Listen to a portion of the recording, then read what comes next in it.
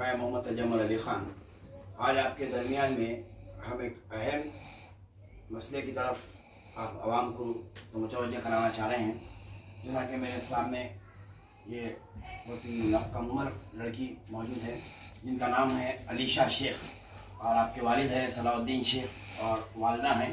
ये बॉम्बे के रहने वाले लोग हैं और आज हैदराबाद में आए हुए हैं। जैसा कि हम आपको एक हफ़्ता पहले अयूब खान का इंटरव्यू लेने के बाद बताए थे कि शहर हैदराबाद के अंदर ख़वातीन के साथ और मुस्लिम माशरे के अंदर किस तरीके से हरासमेंट्स लड़कियों के साथ किया जा रहा है और किस तरह के मसाइल जो है पेश आ रहे हैं, जिसे किसी ख़ज़ात में या किसी तंजीम में या किसी जो है आप था मिलिया के इदारे हैं, मजहब इदारे हैं, यहाँ पर मसाइल हल नहीं हो रहे हैं और पुलिस स्टेशन जाने के बाद इन्हें भरोसा सेंटर भेजकर काउंसलिंग के लिए फिर उसके बाद कोर्ट भेज दिया जा रहा है। मैंने ये वाज़ेह तौर पर बयान किया था कि जामिया निज़ामिया में हो या कहीं भी हो, इस मसाइल का हल नहीं हो रहा है और ऐसे केसेस अयूब खान के पास आ रहे हैं तो उसी तरह के केसेस हमारे पास भी पहुंच रहे हैं, हमारे मीडिया पॉइंट पर भी लोग पहुंच रहे हैं। तो एक वाक़या ऐसे ही 3 दिन पहले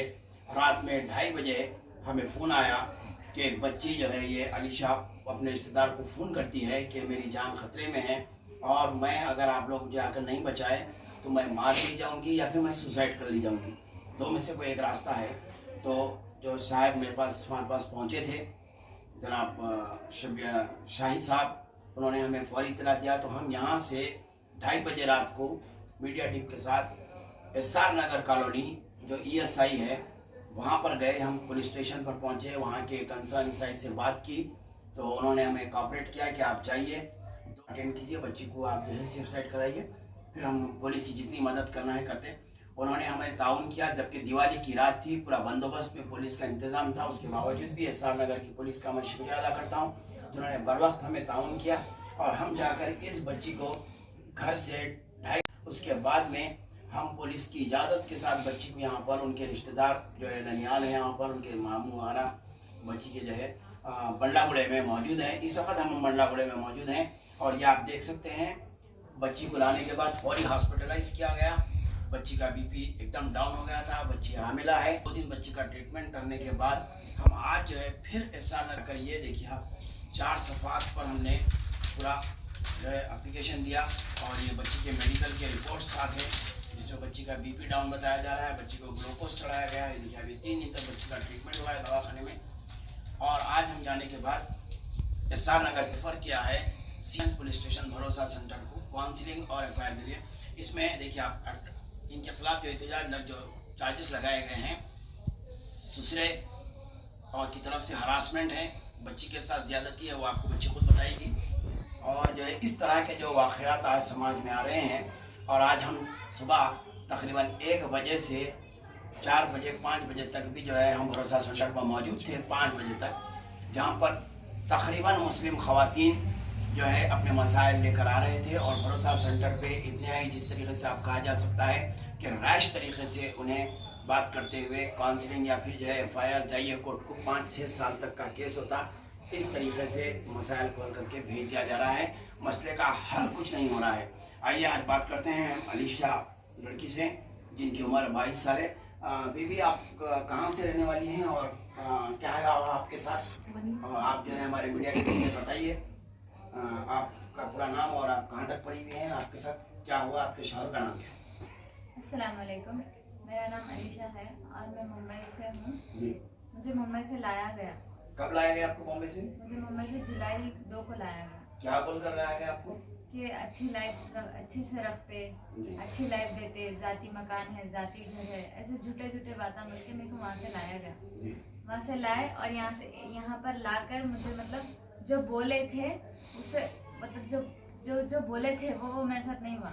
बोले कुछ और करे कुछ और। यहाँ लाने के बाद आपकी शादी कराया, निकाह पढ़ाया? हाँ, निकाह पढ़ा। आपके वालदा वालिद कोई आपके रिश्तेदार निकाह में शरीक थे? नहीं, कोई नहीं थे मेरी तरफ से। तो देखिए अब ये एक और वाक़या यहाँ पर आ रहा है, इसमें ख़ज़ात भी जुड़ रही है क्योंकि जहाँ निकाह पढ़ाया गया है, मैं हमारे चैनल के जरिए मैं ख़ज़ात से ये वाज़ेह कराना चाहता हूँ और वक्फ बोर्ड से भी ये चाहता हूँ कि इसके गाइडलाइंस जारी किए जाएँ कि क्या निकाह जाए इस तरीके से हो सकता है जिसमें लड़की के कोई रिश्तेदार मौजूद ना हो, सिर्फ लड़का अपने रिश्तेदारों को लाकर बच्ची की तरफ से गवाह बनाकर निकाह पढ़ा सकता है क्या? क्या ये निकाह जायज़ हुआ है क्या? इस तरीके से इस तरह की गाइडलाइंस वक्फ बोर्ड और खज़ात की तरफ से जारी होनी चाहिए। इस तरह के बहुत सारे वाक़यात पेश आ रहे हैं। उसके बाद क्या हुआ बेटे आपके साथ? शादी निकाह पढ़ा दिया। निकाह पढ़ाने के बाद 4 दिन मुझे कहीं और रखे, घर से बाहर रखे। 4 दिन के बाद फिर घर में लेके गए, वो भी एक ही कमरे में।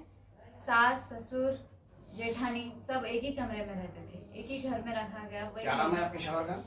मोहम्मद मोइनुद्दीन। आपके ससुर का नाम? सिराजुद्दीन। अब आपको क्या जब आप हमको रात में जो शिफ्ट किए थे आपके साथ क्या वाक़या हुआ था? क्या आपको तकलीफ है वहाँ पर जो है? मेरे को बहुत टॉर्चर करते थे वो लोग। किस किस्म की टॉर्चर है?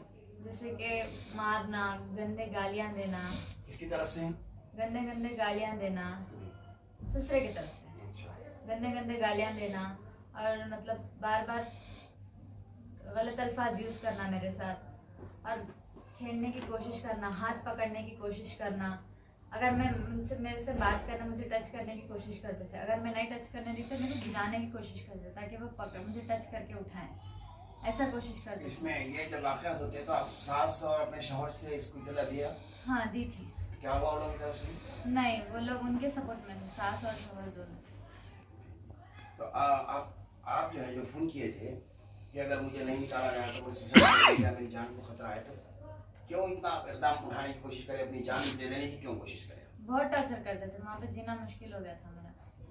वो लोग जो टाइम पे मैं कॉल करी, वो लोग घर में कोई भी नहीं था, तो मेरे को मौका मिला कॉल करने के लिए, इसीलिए मैं इतनी रात को कॉल करके बुलाई। तो आपको 4 महीने में आपको कोई फ़ोन वगैरह नहीं दिया गया? आपको नहीं। आपके पास फ़ोन नहीं था? नहीं। तो फिर आप जो है वालिद वालदा से कैसा कांटेक्ट में आए? फिर आप कांटेक्ट में उस दिन फ़ोन घर पे रह गया था गलती से। वालिदा को दोनों में से किसी को भी कॉल नहीं करी मैं। हमारे रिश्तेदारों में अंकल है, उनको कॉल करी, उनका नंबर था मेरे पास, उनको कॉल। आज आपके ये पुलिस स्टेशन में जाने के बाद आप भरोसा सेंटर पे गए, तो क्या आपको आप वहाँ कहे? वो लोग बोले कि हर चीज़ से सपोर्ट कर दे, आप आपकी तकलीफ क्या है बोलो। और उन लोगों का मैं भरोसा सेंटर का बहुत बहुत शुक्रिया करती हूँ कि उतनी देर होने के बाद भी मुझे उन लोग ने वहाँ से मेरी जान बचाई और मुझे वहाँ से निकाले।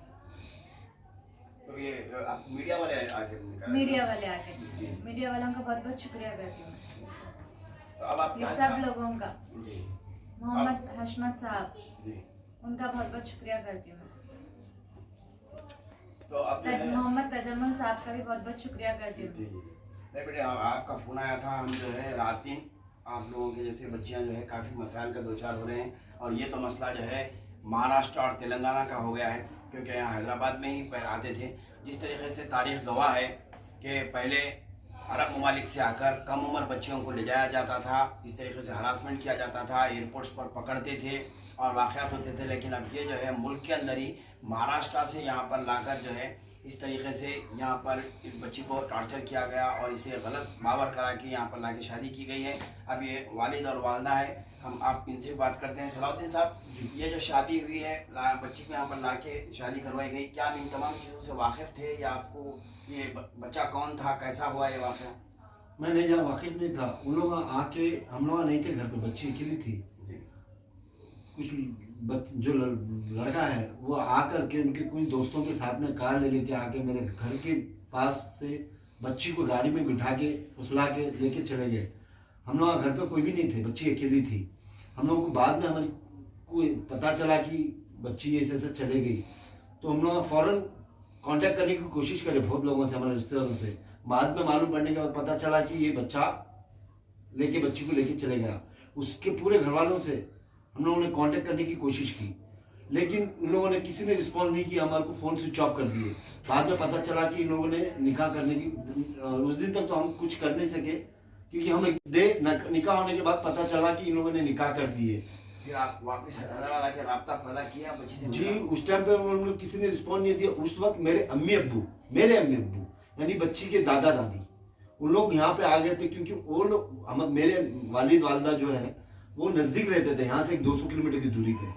उन्होंने तुरंत आके यहाँ पे पुलिस स्टेशन में, जब इन लोगों ने मुझे इत्तला की कि मुझे पता चला कि किसी लोगों से कि निकाह हो गया है, तब मेरे वालिद वालदा वहाँ पे आके पुलिस स्टेशन में चले गए।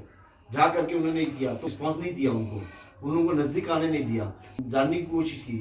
जब निकाह अगर हुआ है तो निकाहनामा दिखाइए हमें, किसी ने निकाहनामा नहीं बताया। आपके पास निकाहनामा या कुछ भी नहीं है, कुछ नहीं है। वो लोग के पास है, मेरे पास कुछ भी नहीं। देखिए नाज़रीन, जो है बच्ची का हक है कि कागजात निकाह की कॉपी दी जाना चाहिए। क्या महर कितना है बेटे आपका? 11 दिया आपको महर? जी हाँ, महर भी नहीं दिया गया है। और बच्ची के कागजात की जो बुकलेट होती है वो एक हक बनता है कि दुल्हन के पास रहे, एक दूल्हे वाले के पास, वो भी इनके पास नहीं है। तो हम जो है इसको खाजात को भी और खाजी साहब को भी इस रेंज में लेना चाहेंगे कि पुलिस जो है खाजी साहब के खिलाफ भी एक्शन लें कि उन्होंने इस तरीके का निकाह किस तरह किया और ये उन्होंने क्या तस्दीक की है और क्या रकम लेकर ये निकाह किया गया है। क्योंकि आजकल आम शादी खानों में ही देखा जा रहा है जो गवर्नमेंट की फीस होती है उससे ज़्यादा रकूमत मांगे जा रहे हैं। इसके ताल्लुक से भी वक्फ बोर्ड में जो है तंबीह की गई खजात में, तो काजी साहब को भी इस रेंज में लेना चाहिए कि उन्होंने किस बुनियाद पर ये निकाह पढ़ाया और ये वालिद साहब वालिदा से बातचीत करते हुए निकाह पढ़ाया है क्या। तो ये ऐसी तरह के वाक़यात आए हैं नाज़रीन। तो देखिए अब ये जो है वालिद अभी बॉम्बे से वो अपना कारोबार वगैरह छोड़कर यहाँ पर आकर मुस्तकिल 4 दिन से हैं और अभी अब कल भरोसा सेंटर पे बताइए, ये आज भरोसा सेंटर पे हमने मीडिया के जरिए जाकर डायरेक्ट वहाँ के इंस्पेक्टर राकेश साहब से मुलाकात की और हम एहसान नगर से बात की। उन्होंने ये भरोसा सेंटर पे ये कार्ड बना दिया इनका एप्लीकेशन, कल इन्हें बुलाया गया है वहाँ पर काउंसलिंग के लिए। और अब बच्ची का क्या इसका मैंने आप क्या काउंसलिंग होने के बाद आप वहाँ जाएंगे दोबारा वो वापस वो बिठा के रहना चाहेंगे आप? फिर आपने क्या सोचा है जी?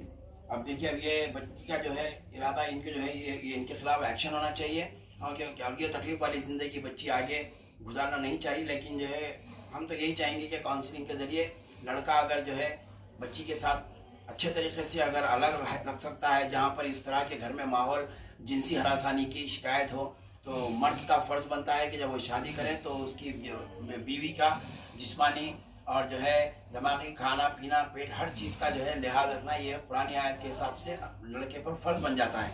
अगर वो इन फ़राइज़ पर बराबर उतरता है काउंसलिंग में या भरोसा सेंटर पर तो ये अच्छी चीज़ हो सकती है। वरना फिर जो है समाज में ये बच्ची भी फिर जो है इसी समाज का और क़ानून का शिकार बनेगी। 4-5 साल तक इसी तरीके के वाक़यात पेश आते रहेंगे। जिस तरह मोदी साहब ने जो तलाक़ के ऊपर पाबंदी लगा दी है, तो इस तरह के खुला के मसाइल भी इस वक्त भी मेरे पास कई एक मसाइल आए हुए हैं जिसे हम हल करते करते परेशान हो रहे हैं। लेकिन जो है लोगों की बच्चियों की परेशानी दूर नहीं हो रही है और शहर के अंदर ये बहुत बड़ा मसला हो गया है।